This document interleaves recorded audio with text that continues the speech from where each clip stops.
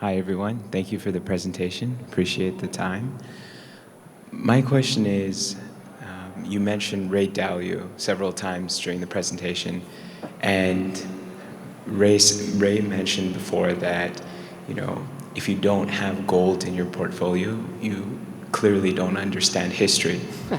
And I'd be just curious to learn a little bit more about, I noticed under the alternatives section, there was a focus on hedge funds and some private equity. But I'd be curious to learn a little bit more about your opinions on how you approach investing in commodity markets to gain more exposure to that.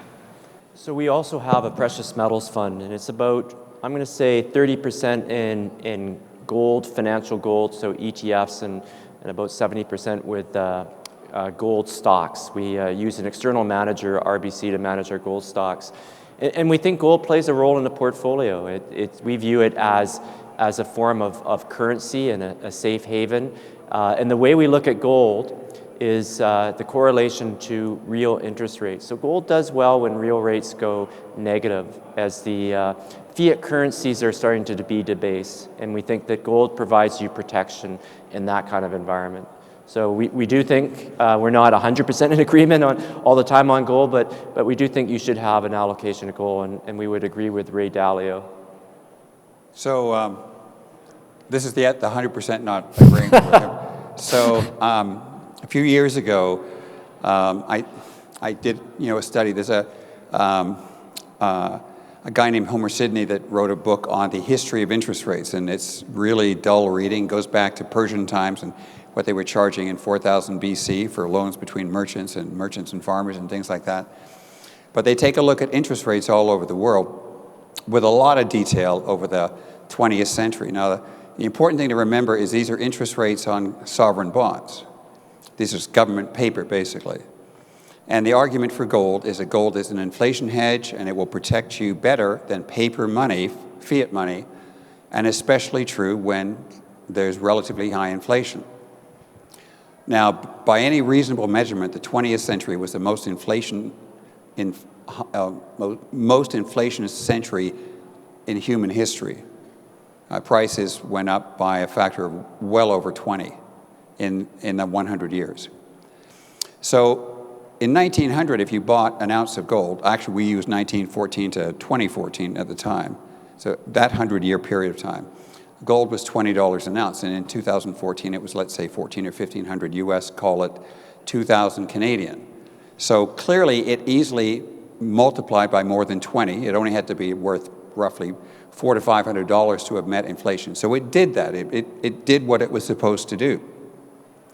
But if I'd taken the same $20 and bought just $20 of Government of Canada bonds and just reinvested the interest for the entire 100 years, I'd have almost $5,000 today, 100 years later, more than 2.5 times what the gold is worth.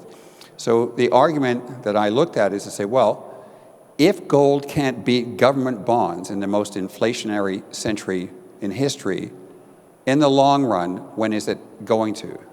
So I get the idea of gold when there's blood running in the streets and basically foreign armies are taking over and you have no other way to trade or barter and things like that. I understand that.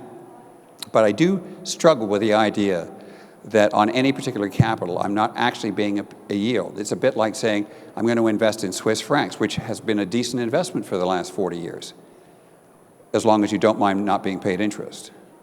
So I think that there are two sides to this discussion. It's not a slam dunk that paper money cannot equal gold, because it's been able to prove that it can. So here's the rebuttal to the rebuttal. There are other hard assets one can buy to protect their purchasing power. I think real estate is one of those. I think quality corporate quality equities are another way of protecting purchasing power. If you look at the world right now and the amount of debt that's been accumulated, the only way you're going to get out of that debt and reduce that debt, because you're not going to grow yourself out of it, it's either you default on it, and we just said before, you don't default if you issue debt in your own currency, or you inflate your way out of it.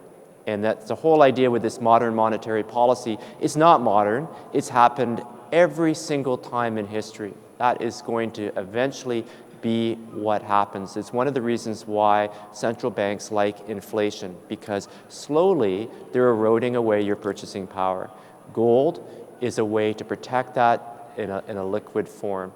So again, in a diversified portfolio, would I put all my assets in gold? No. Would I have some in gold? Yes. So I'll let Tigger have the last word on that one.